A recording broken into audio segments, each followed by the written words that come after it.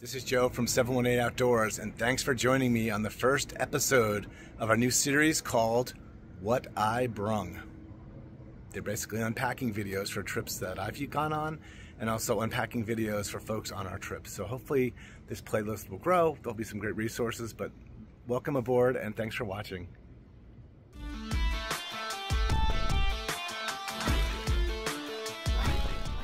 Hey, this is Joe from 718 Outdoors here in Brooklyn, New York. I've led about 125 bike camping trips, and this is my first unpacking video, and there's a plane flying overhead because this is our base camp here in Brooklyn, New York. Anyway, if you've gone bike camping with me, you'll know one of two things. The first is that I like to wake up early. Nothing to do with this video at all, but I like to wake up early on bike camping trips. The second is I really like good gear, and I like good gear in terms of not expensive titanium stuff, but things that are systems that are reliable and consistent. Things that are packable and unpackable, and you kind of can really predict how they're going to play out when you're out on the road. We try to teach these kind of concepts to our new bike campers and also to our existing veterans, and I learn a ton of stuff on every trip we go on. So we just got back from our Erie Canal trip, which was 375 miles over 6 days. Bike camping, so 6 days of riding, 5 days of camping from Buffalo to Albany. And how we're going to break this video up is in three parts. The first is we're going to talk about the gear and what I'm kind of wearing and how I ride, or what I ride in. The second is the actual gear itself. We're going to unpack my bike. We're going to start from scratch and see what I got. And the third is that we're going to talk about the bike itself. So interestingly enough, if this was a packing video, like if I was getting ready to go on a trip, everything would be meticulously packed and put away really nicely. But this is an unpacking video. And after 6 days, things get mixed around. I probably will have some surprises in these bags, I'm not quite sure. So we're gonna dive right into it. All right, so let's talk about what I wear on our rides from top to bottom. Helmet, obviously. Let's get that off. I'm gonna take these things off and chuck them off to the side because it's hot out here. I always wear a cycling cap, usually to pick up a lot of the sweat from the helmet, also to help with the brim for the glasses in low angle sun, morning, afternoon, morning, evening, and also with rain. So take these off, chuck that out, keep it on. My hair is a friggin' mess. And these glasses, these are sport goggles from Rec Specs. They're just rough and tumble glasses that I'll use out on our trips. And I will bring a secondary pair of glasses that I have packed away that I'll show you. In terms of what I'm riding here, this is a camera strap. The really, really nice thing about this camera strap is that it allows for while you're riding on the bike, riding along, unzip this clip, come up, take picture, drop the camera, push the clip back down to my side, able to keep riding. It's a very safe system. It allows me to take pictures safely and as I want, as opposed to trying to grab a phone and kind of like doing that while you're riding and everything like that. You look like an absolute dork with this thing on. This is total dad tourist Grand Canyon kind of stuff. But I tell you, it's really helpful, and I've been using it for years, and I'm used to it. So I'm just going to take this off. This camera that I use is the Fuji X-T32. Love this thing. And there's my dog, Pokes. She's 16. She just likes to wander around the yard. Taking that off. All right. Where was I? Okay, let's talk about the hands. I normally don't wear gloves. I use grep bar tape, and we'll talk about that in a second. I normally don't wear gloves, just because I don't really need to. I don't feel like, they're an extra thing to bring. They get wet at night, you lose one. But I was noticing for sun protection, my hands were starting to get burnt, so I just kind of threw the gloves back on this season to try them out. And it's worked, so I'm gonna chuck those off to the side. And fear not, I am not gonna chuck all of my clothes off to the side as we do this. In terms of riding, my base layer is always a long sleeve smart wool, even in the hottest weather, and this is for sun protection and to keep me cool. When I go to visit my parents in Florida, all the people that are working on roofs and doing roofing and construction in that hot weather, everyone's wearing long sleeves and everyone's wearing a second layer. So that's where I learned the idea of how that could be valuable. So a long smart wool layer, nothing underneath it. And then this is a shirt from Club Ride. It has venting and it's kind of stretchy, but it really gives you kind of an airflow. It's almost like the idea of Bedouin travelers with robes and things in the Sahara Desert. It really gives you a lot of airflow, so I really, really like this. In terms of shorts, I should go with a, what's called a 5-inch short, just so it's not constricting my knees as I'm pedaling. In the back, I have a zippered pocket. In that zippered pocket is always my waterproof wallet. Always, always. I've lost my wallet a few times on trips over the years. And on, bike camping trips, there's so many pieces and parts and things going on that invariably I would place it down and forget it. But now I have a ritual. In my back pocket, it's zipped before I do anything else if I'm getting on and off the bike using my wallet. Really nothing else in my pockets in the front. Underwear, I use smart wool like boxer briefs, and I don't ride with padded shorts, which is most people find a little interesting, but I've kind of found a way to kind of deal with it without wearing padded shorts. How's it going? All right, talking about shoes and socks, let's do it. For shoes, I am into the Freeriders from 510, the Freerider Pro. I love these things. I can stand around all day with them. I can ride in them really comfortably. In addition, I use Minted socks. They're a well-known company out of Colorado that are amazing. They're the only socks that I ride in. So that's kind of the head-to-toe thing. What I'll do on trips, on a longer trip, is I'll take kind of 2 of everything. And basically when I'm getting to camp, I'm washing stuff that night, drying it, putting on the clean stuff, and kind of rotating through. I feel that clothing is just a really easy way to kind of save on space and save on weight. And people that are new tend to overpack on the clothing side. So what I try to do is pack less clothing and wash it every day.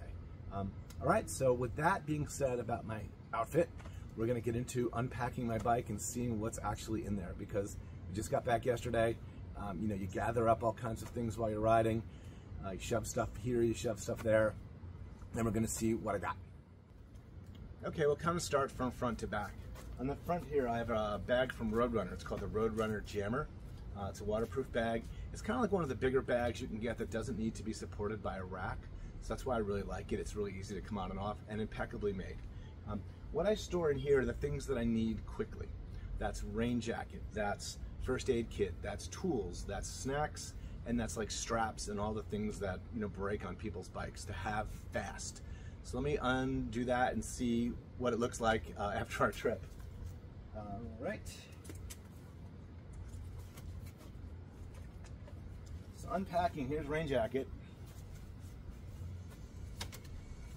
We're going to have just an electric charging cord that I use on the train on the way home, not important. We're going to have some snacks. And these are just your energy bars and such, but these are things that I like to have very close to me while I'm riding. Digging a little deeper, I have 2 different first aid bags. This is a first aid kit that has a splint, it has some ace bandages and some bigger things. So the splint kind of rolls up, but it just needed its own bag.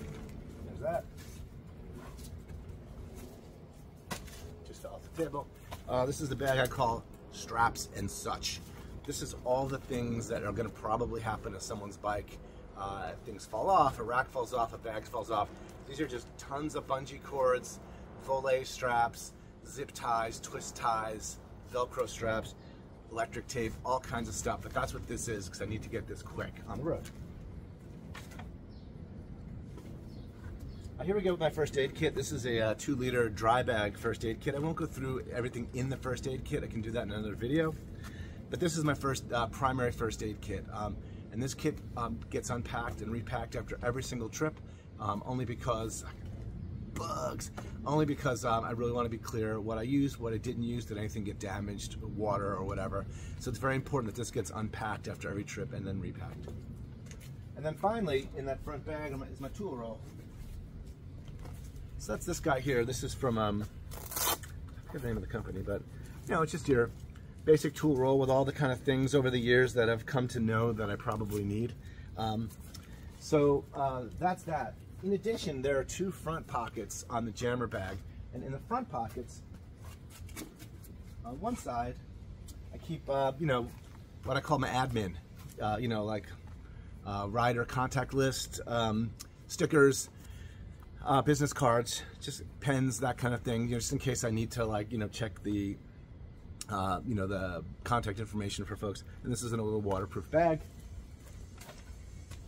And then on the far side, I do have another set of tools, and these are my quick set of tools, right? So as opposed to something gets a flat and pulling over and unpacking all that stuff, what I do is I have like a secondary quick set of tools, which is like multi-tool. You got your tire lever, tubeless repair kit, gloves, wipes. These are all the things that are going to help someone fix a flat tire fast, right? So I don't want to unpack my whole thing. I just want to get at this rather fast. So this is like a quick set of tools. All right, so that's kind of done. That's the whole front of the bike in terms of the front bag. And then we're going to move towards the panniers here in a second. All right, so now what we're going to do is we're going to unpack my panniers. I use Arkel panniers. These are the Dolphin 32s. I've used them for years. Best hardware on the planet. Lifetime guarantee. Made in Canada. Just a wonderful, wonderful product. Waterproof like you wouldn't believe. So what I'm going to do is unpack my stuff, as my dog is going to attempt to trip me. Right, big girl? And we'll see what we got. The way I try to organize my panniers, there's, left and right, or, what us in the bike industry call drive side and non-drive side. So we'll talk about the drive side bag first. And the drive side bag, which is this side, in my mind are things around tools and sleeping in a real general sense. And that's how the trip starts. Now, it's not necessarily how the trip ends, but that's how the trip starts. So I made this cool banner. I always make a banner for a trip. So I'll just take this off. And this is just our Erie Canal banner that will hang proudly in the shop amongst all of our other tour banners. So that's this guy here. I painted it myself. All right, so let's take a look at this bag. First item, it's like a prize package. Sleeping bags. This is a 45-degree Big Agnes sleeping bag. Rolled up in the sleeping bag are also my sleeping pad and my pillow. So all these things get rolled as a burrito, rolled together, and put in the bag. Number 2, glasses. Here, we talked about those glasses before. So what I'll usually do when I get to camp is I will switch out to kind of more normal glasses and get rid of these kind of weirdo racquetball threatening kind of things and put on some just normal weirdo glasses, which are going to be these. But I do like to have a second pair of glasses on a trip. I require glasses to see. And in case something happens to one pair, having that second pair is always important. I'm going to go flap up. All right, we're moving through that drive side. The next thing are camp shoes. These are from Burt. I've used these all season. I absolutely love these. They're neoprene, they're waterproof. They make a great, they're recycled rubber. Incredible story about this company. They donate money to spay and neuter rural dogs and cats in Colombia. It's recycled rubber. It's an amazing company. I've used these the entire season. I love them. If they get wet, you just leave them out to dry. But they're great water shoes, but they're also great when you get to camp. Sometimes you just want to get out of those goddamn shoes you've been in all day and then just throw on a second pair of shoes. So that's what, and I love, that's what I bring these for. I used to bring Crocs or other things like that. I love the way these pack down nice and tight and nice and small. So these are winners. They come with me on every trip. Next in this bag is kind of the frame for my, this is a pretty abstract thing. When unfolded, this becomes a camp chair. So this is the frame for my camp chair. It's one of the luxury items that I bring. They always say you should bring one luxury item on a trip, so I always bring these guys. And it's a great, really comfortable chair. Again, this is the Big Agnes mica basin chair. All right.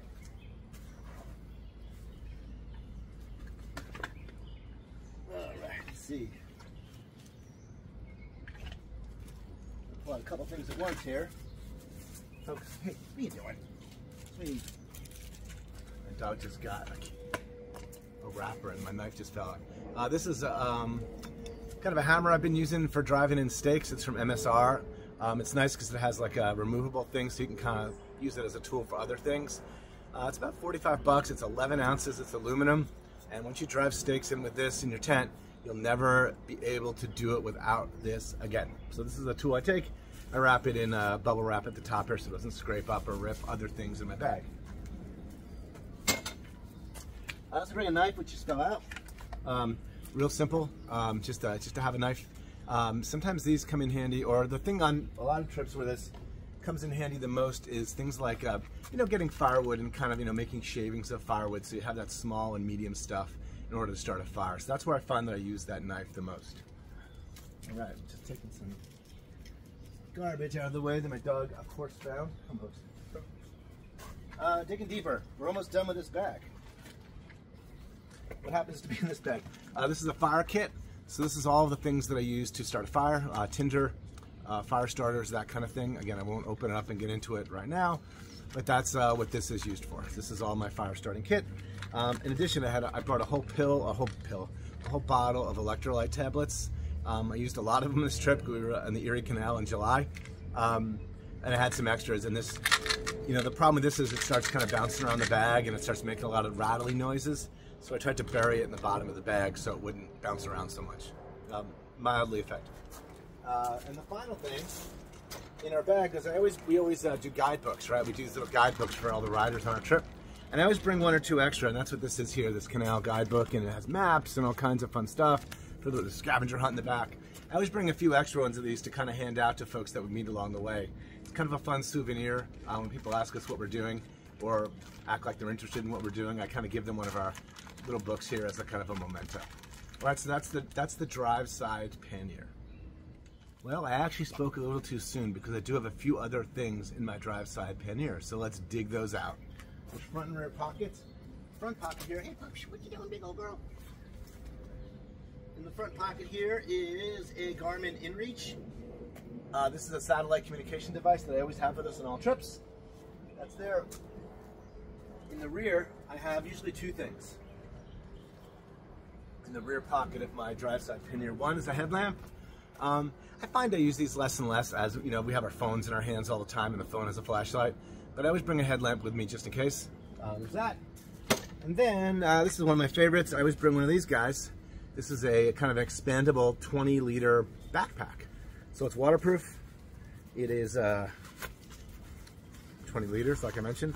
But it's great for, you know, going to, at the end of a ride, at the end of a day, picking up stuff at the supermarket and just throwing it on your back and throwing it, you know, getting to camp a few miles later. So that's what this is a collapsible, waterproof, 20-liter backpack. Okay, and then in the front pocket,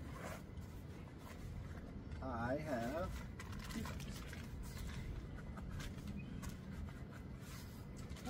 I should bring a lock. This is from Hip Lock. It's a lock with a combo on it, and you know what I always tell folks, you know, we get a lot of questions about should I bring a lock on the trip, should I not bring a lock on the trip? You know, the trips that we do, the bikes are always pretty well attended, but I always bring this just in case. I always tell people, you know, without this and your bike just sitting there, you know, the entire planet can walk off with your bike. But with something like this, maybe it's like half the planet. So you're kind of increasing your odds ever so slightly. But I rarely will use this, but I always bring it. And then finally are just brake cables, shift cables, those kinds of things. And I keep them in that sleeve on the outer part of the pannier because I don't want these packed in a pannier and getting bent around. So they'll stay in this outer pocket right there. And with that, that's the drive side pannier. All right, now we're going to get into what's in the non-drive side pannier. And for me, that's always clothes, personal items, things like that. So that's how I kind of differentiate the two panniers in a real general sense. And again, it always starts out that way in the beginning, but at the end of the trip, it's always kind of chaotic. So I'm going to pull out exactly what's in my bag, how the trip exactly ended, a moment frozen in time. All right? First thing, which is usually on the top, is clothes. I use this really cool outdoor research duffel bag or kind of dry sack. What's nice is it's a two-sided bag. And on one side you can put clean stuff, and on one side you can put dirty stuff. So on this side, it says wash me. On this side, it says, upside down, wear me. Right, so this is a nice two-sided dry bag, and there's stuff falling out of it already. That really allows you to kind of manage clothes on the road, right? Because you're trying to wash things, you're trying to wear things, you're forgetting which is what. So this is a good way to kind of divide those up. I've been using this for a while, absolutely love it. Definitely a hidden gem. So I'll take this, packs down really tight, it's waterproof. You know, again, the bags themselves are waterproof, but what we want to do is just add as much extra protection as I can. So stuff usually goes in dry bags inside the waterproof pannier. All right. Next item coming out is a waterproof bag, and this is just electronics, right? So this is batteries for cameras, charging cables, you know, things related to my camera, not necessarily an extra strap, an extra lens cap, but again, waterproof. But this is the where all the battery packs and stuff are, but again, waterproof bags, that's what this is.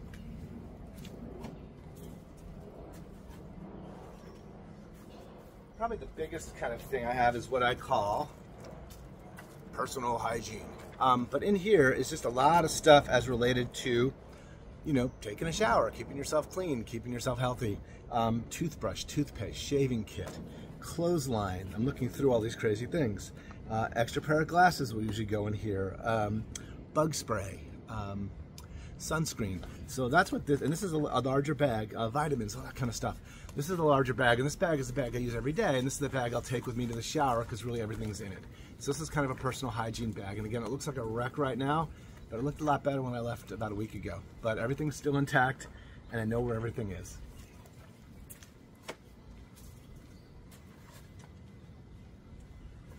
Two miscellaneous items coming out here real quick. One, I just have an extra dry bag, just in case an extra dry bag is needed. So this rolls up really tiny. I just have it with me. It's a 15-liter dry bag. I just have it in that pannier. These guys are Shocks headphones, so I'll put these on. They look pretty cool, right? These are great for listening to music and still being able to hear your environment. But it's also cool for, and what I use it for primarily, is it allows me to kind of hear all the notifications that come through my phone.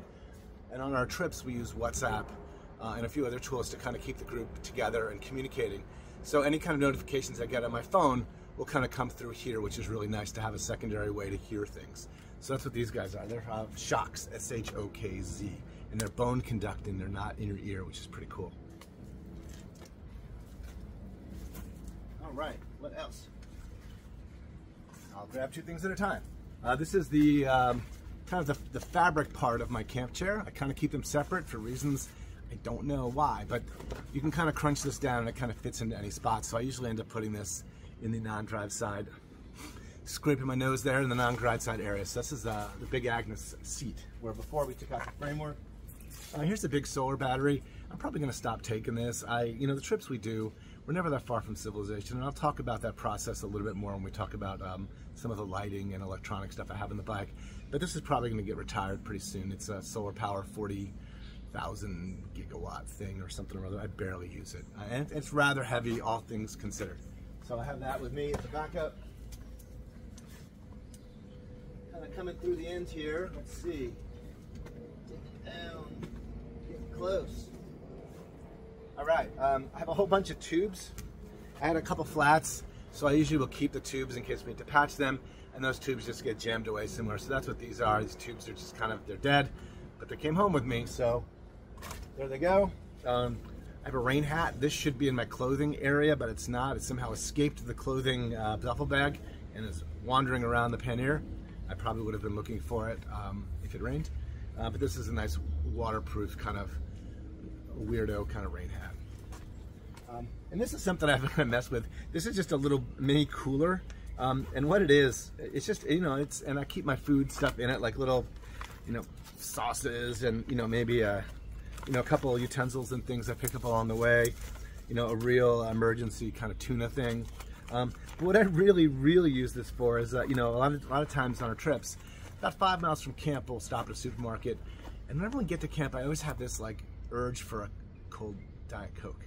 I don't drink Diet Coke much anymore, but at camp, I get this urge. So what I've been doing is putting that Diet Coke from the supermarket in here in this little cooler, going 5 or 6 miles to camp, and then having it. So I've been trying to figure out, like, do I need to put ice in here? It seems to work pretty well, so, and it collapses, and it also provides, you know, kind of a home for other kind of food stuff items. So this has been on 2 or 3 trips already, and I really like it. And it's got a hilarious little, like, pattern on it, which I think is fun. That's that. All right. Deep down the bottom, we're just about done. So way down the bottom of that bag are 2 things that kind of bug me. In that I haven't really found a good home for them. They're kind of drifting. This is my pressure gauge, tire pressure gauge, and that should find a better home. It just kind of drifts around. And then this is just a collection of like tire sealant and lube and rim strips and, you know, kind of repair items, right? So, but now in my mind, it's like, okay, I've got a tool roll, I've got my quick tools, and then I've got this, and then I've got that. So I need to reconcile these things. I haven't really figured out a way to really do that well, but I'm working on it. All right, and then the pockets of both of my non-drive side panniers. We'll get to that.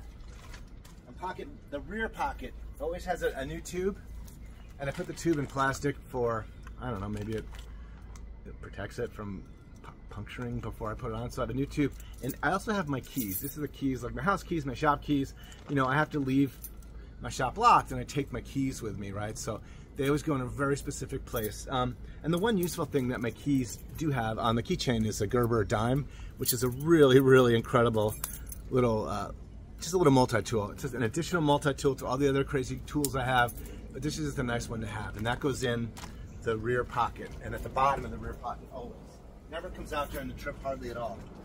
There's nothing, well, that back, and in the pocket of my non-drive side, I usually will stuff a bunch of, you know, we get business cards from people, people give us stuff, you know, permits. I usually have it in a plastic bag, but I just don't have it in a plastic bag right now. But just kind of paperwork that kind of just slides in there. Again, normally it'd be in a plastic bag, but I didn't have one right now, so that's kind of what it is. In the front pocket of my non-drive side pannier, my front pocket also will have a tube in it, but right now it does not have a tube in it. All right, so what we're gonna do is talk about the tent and how that gets strapped on the back of the bike. Okay, this will be rather quick. And this is basically what I do between the two panniers is I have my tent. The tent is a Big Agnes copper spur one person. It's the bike camping tent. When it first came out, maybe 6 or 7 years ago, I still have it, really love it. It gets strapped onto the rack with 2 volet straps. But what I also do is I also add this kind of Delta cargo net. And this is great for just kind of additional storage, right? You're picking up stuff during the day. You're able to kind of put stuff in there. It really works rather well for that. You know, so at the end of the day when we pull into camp, I just take my tent off, use it, the panniers stay on. So that's kind of how this is set up. In addition, there's one other little pocket that I have, or one other little bag. This is this little feed bag here. Normally I have my GoPro sitting out here. It's not there right now. I also have a handkerchief, and this is meant to stay incredibly clean, and it's meant to wipe my eyes and face if I get like sunscreen and stuff in it. But this gets washed every day, and its only job is to stay clean. In addition, I have in here my sunscreen and things like that. So these are things that I can grab right away. Okay, with that all taken care of, I talked about what I was wearing, I talked about the gear on the bike. Let's talk about the bike briefly. This is a 2013 Salsa Via. Brand new frame, has been sitting on my wall for over 11 years. I finally built it up maybe 2 months ago. It's running a 3x9 fully friction drivetrain with bar end shifters, which you can see right there. And it has a dynamo hub, and this was built by Tijan at Honey Wheels. So that dynamo hub kind of comes up to a beacon headlight. There's a USB out there that allows me to charge batteries and phone while we're riding. I have Velo orange fenders front and rear, a Brooks saddle. I like the Brooks Cambium C19. I own 2 bikes in this world, and they both have the same saddle. Moving towards the front here, I'm using the Grep bar tape, and this is a reusable bar tape. I've gotten it dirty, but this bar tape actually is able to be removed and cleaned and put back on. It's pretty amazing. Check it out. We sell it at the shop, and I love it. In terms of what's going on in the cockpit, I do have a Spur Cycle bell. Really nice. The Garmin sits right there. This is the solar Garmin, right? So I never really have to charge it. It's pretty amazing. And then right here I have a quad lock. The phone I'm using to film this would sit right there. So I have my phone and my Garmin right in front of me. So again, these are safety devices more than anything else. And again, that's the bike setup. You know, the one secret little piece that I do have in the back that everyone asks me about, and I love this company and I love this product, can't really see it here, is what's called a click stand, which is this guy here. Basically, what I'll do is I'll take it apart in a second to show you how it works, but it's an articulated aluminum kickstand that allows you to kind of set your bike up anywhere and pack it and unpack it. So if I step back and look, you'll see the bike is pretty well not really leaning on anything, which is great. When you roll into camp, you want to be able to unpack everything front and rear, which is really nice. It folds down really tiny. It also comes with these 2 little straps that you throw on the brakes, and that makes the bike, you know, allows for the bike to not roll. So that's really important. So yeah, this is the setup that I used 5 or 6 trips this year. You know, we do about 20 trips a year.